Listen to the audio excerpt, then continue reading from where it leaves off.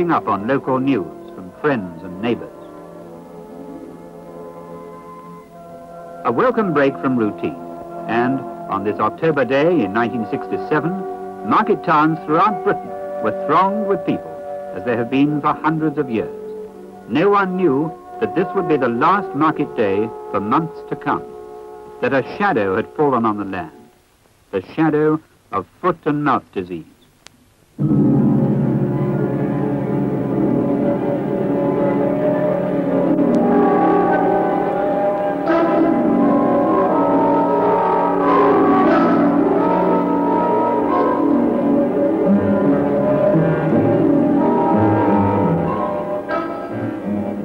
It struck first in the county of Shropshire, when, on October the 25th, foot and mouth disease was confirmed in pigs on a mixed farm 5 miles from the market town of Oswestry.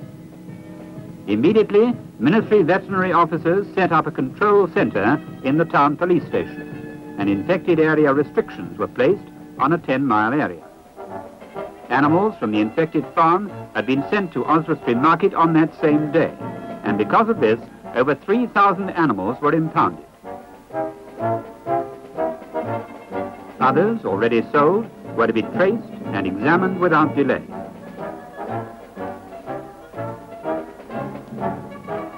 The inspection of all stock on farms within a 2-mile radius of the infected premises became a priority task, and urgently summoned veterinary officers were sent to patrol the farms within the area. These 2-mile patrols play a vital part in the battle to overcome the disease. The rapid inspection of stock on neighbouring farms may disclose early cases of foot and mouth disease and bring the slaughter and disposal teams swiftly into action. Each day, farmers began to flood the control centres with reports of suspected disease, and more animals were found showing typical early symptoms. In cattle, early signs were a reluctance to move, a staring coat, and a tucked-up appearance. The cattle walked stiffly on tender feet, and a periodic flick of the foot showed the pain suffered. Salivation was perhaps an even more obvious sign, and the characteristic drooling saliva, combined with champing jaws or smacking lips, became an all too familiar sight. Sheep, in greater numbers and with less clearly defined symptoms, made examination a more difficult problem. The flock must be gathered together for careful scrutiny, and any lameness or reluctance to move is suspect. Such animals are given a detailed examination. The main clinical symptom in sheep is lameness, which appears usually on more than one foot.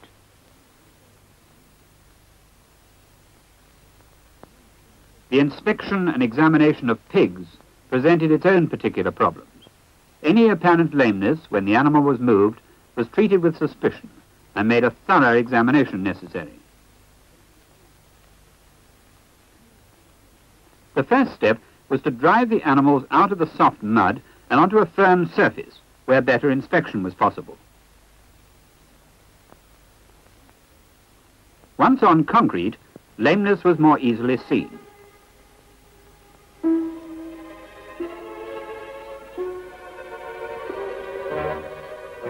In spite of the rapid precautions that were taken, the disease continued to spread, and Animal Health Headquarters confirmed 22 further outbreaks during the first 7 days.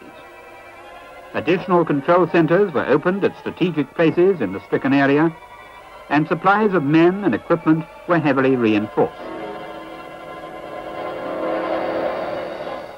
Throughout the day and night, the reports of new outbreaks streaming into Animal Health Headquarters at Tolworth kept the staff under constant pressure. Each of the 24 hours brought its quota of reports needing careful consideration before confirmation. Every confirmed outbreak was then plotted on a master chart. The speed with which the disease was spreading meant that the areas under control restrictions needed constant revision, and the new restricted areas were carefully calculated on large-scale maps. Details of each new development were flashed by high-priority cables to police forces and local authorities throughout the country, and information was passed in regular daily bulletins to press and broadcasting organizations. 3,000 copies of the infected area order are required each time the area is altered, and these were produced in an unceasing flow. At the local control center, preparations are already underway, and a valuer is standing by.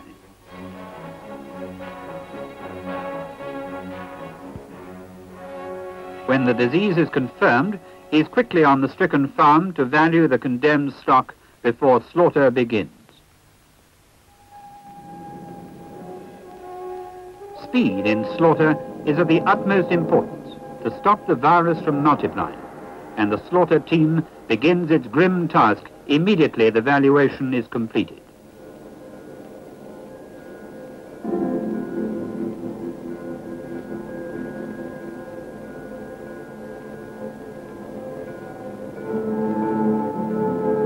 At the same time, all the animal houses are thoroughly sprayed with disinfectant as a preliminary to the meticulous cleansing to follow.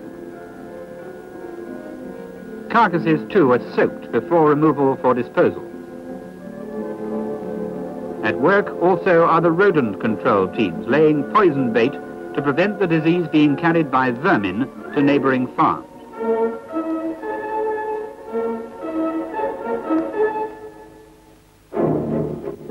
Men, materials and machinery have arrived, and the selected site is being prepared for the disposal of the carcasses. The method of disposal depends on a number of factors, and while burial is preferable for reasons of economy and speed, the choice can only be made after examining the land and consulting with the local water authority.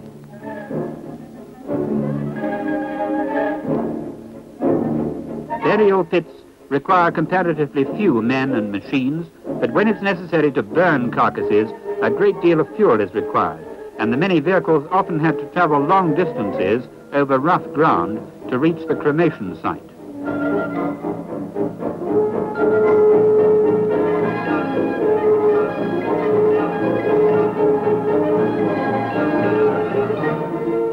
As time passed, an incendiary chemical was brought into use, which considerably helped the burning process.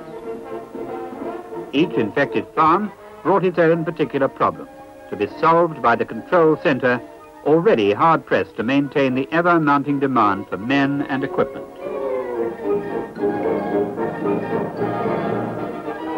As the second week drew to a close, over 100 new cases had been confirmed, and despite untiring efforts to stamp out the disease, it continued to spread, leaping swiftly northeastward towards some of the most heavily stocked dairy country in the world.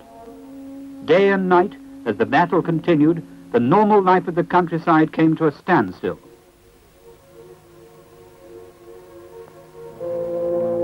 Farmers and their families withdrew behind locked gates, and no visitor was welcome.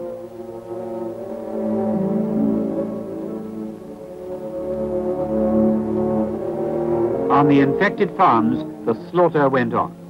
Carcass after carcass was taken for disposal, while in the farm buildings, the cleansing and disinfection routines were meticulously carried out.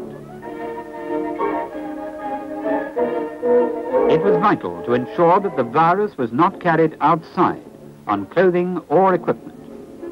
And before leaving the farm premises, all protective clothing was thoroughly washed down. And the wheels and tracks of vehicles were given special attention.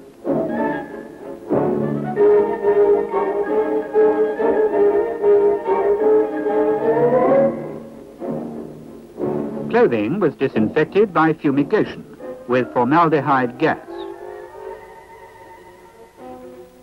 This gas was produced by mixing together formalin and potassium permanganate.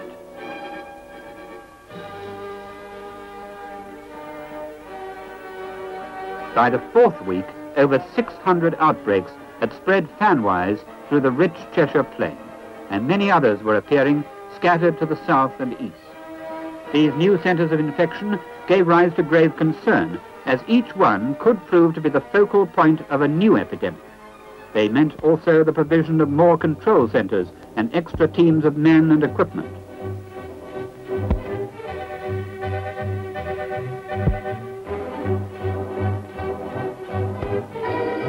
diagnosis was not always straightforward, and it was necessary, on occasion, to send material for testing to the Animal Virus Research Institute at Pirbright by the quickest possible means.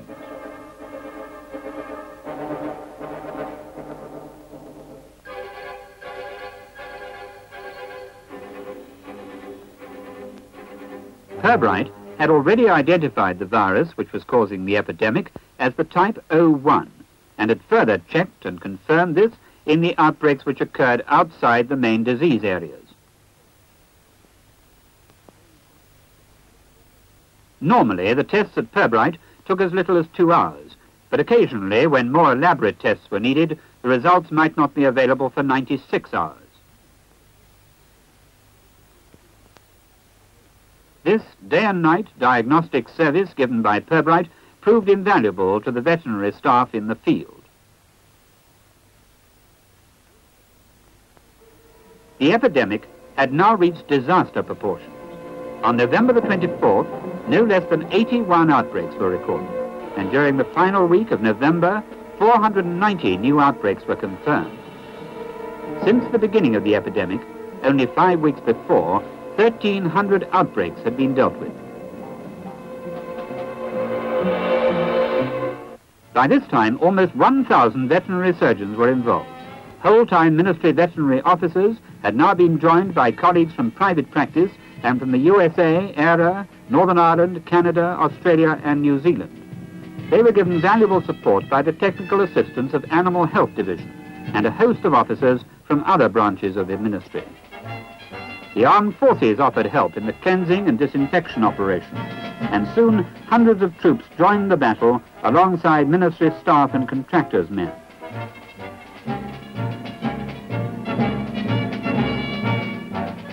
NFU liaison officers and the personnel of many voluntary organizations gave their wholehearted support.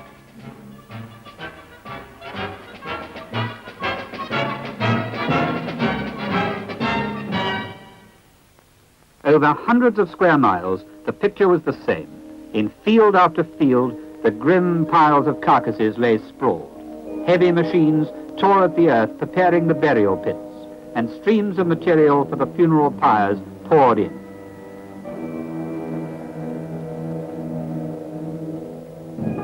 Men and machines labored without pause, and as each night fell, the fields glowed red with flames.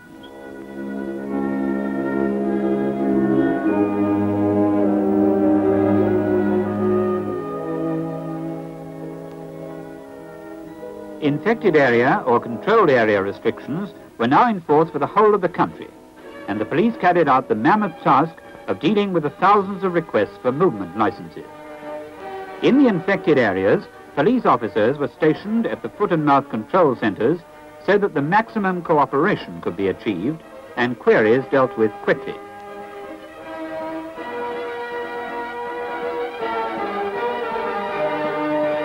The routing of vehicles transporting animals was often most complicated, and of course the police were on duty night and day to receive and pass on reported cases of disease.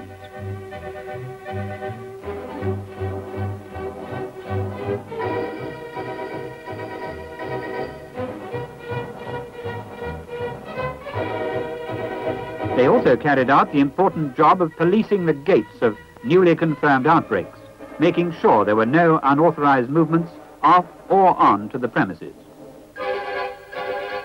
Strict precautions, too, were observed in the movement of milk supplies. Farmers and the dairy companies made every effort to prevent the foot and mouth virus being transmitted from farm to farm. Tankers and the clothing of drivers were disinfected on entering and leaving each farm, and further precautions were taken on arrival at the depots. The collection of milk in churns was carried out under similar precautions. Farmers built platforms outside the farm premises and passed through their gates only to put out the daily yield before retreating once more into isolation. Churns were thoroughly disinfected before loading onto the lorry. As the 5th week of the epidemic passed, the daily total of outbreaks began to decline, At long last, the rigorous control measures and the great effort were beginning to take effect. The early reporting of suspicious signs is highly important in controlling this disease. And although most cases are reported at an early stage, there are cases, fortunately rare, when advanced stages of the disease are discovered. Selected examples from dead animals demonstrate the effect of foot and mouth disease on the different species. In this cow, a ruptured vesicle or blister is evident on the upper surface of the muzzle. An unruptured vesicle can be seen on the dental pad and another on the outside surface on the bottom lip. The underside of the tongue shows a ruptured vesicle at the tip.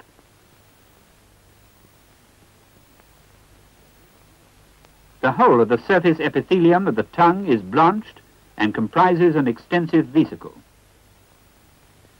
Pinching of the epithelium and using pressure to break the toughened membrane ruptures the vesicle and the highly infectious contents are released. On this foot, blanching of the epithelium between the clays is obvious, and the vesicles have extended along the anterior part of the coronary band. These vesicles have ruptured and the infectious fluid has escaped.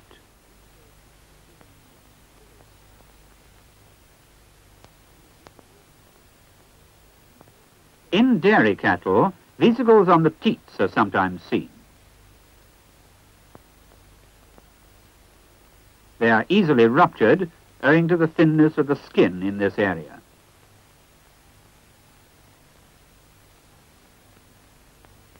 Mouth lesions in sheep are not always present, but when they do occur, they are most likely to be found on the dental pad.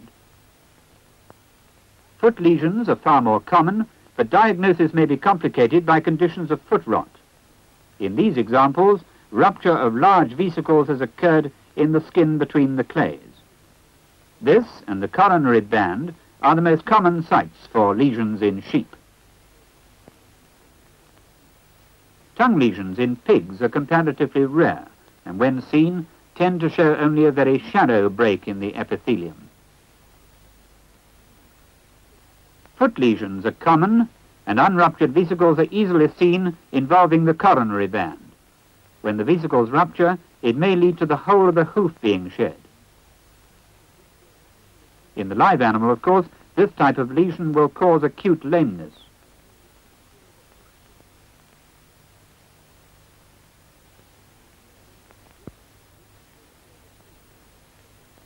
The approach of Christmas brought little joy to the thousands still busily engaged in stamping out the epidemic.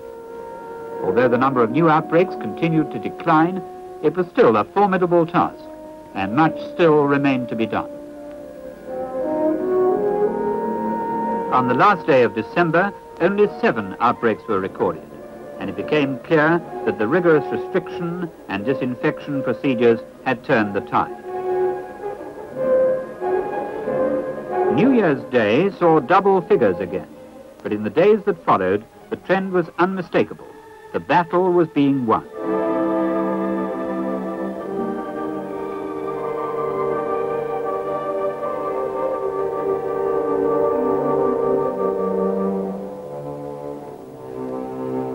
It became possible to close down and dismantle many of the hastily erected control centers, but these were still early days, and outbreaks continued to occur.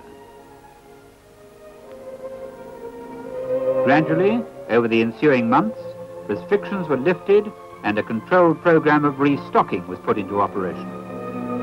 Farmers were allowed to bring on new animals under careful veterinary supervision after stores of animal feedstuffs were given a second precautionary treatment with formalin to rule out the possibility of reinfection of the new stock.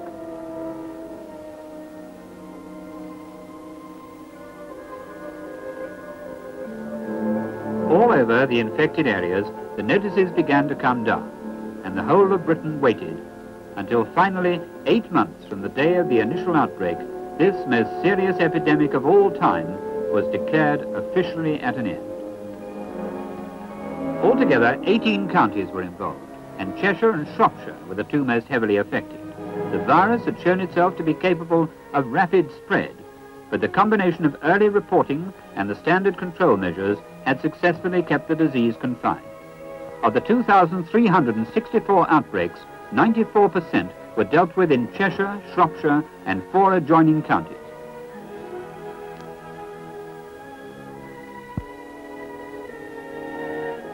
A total of 434,000 animals were slaughtered, and £26.5 million was paid in compensation. Labour, materials and equipment used in the control operation cost a further £4 million.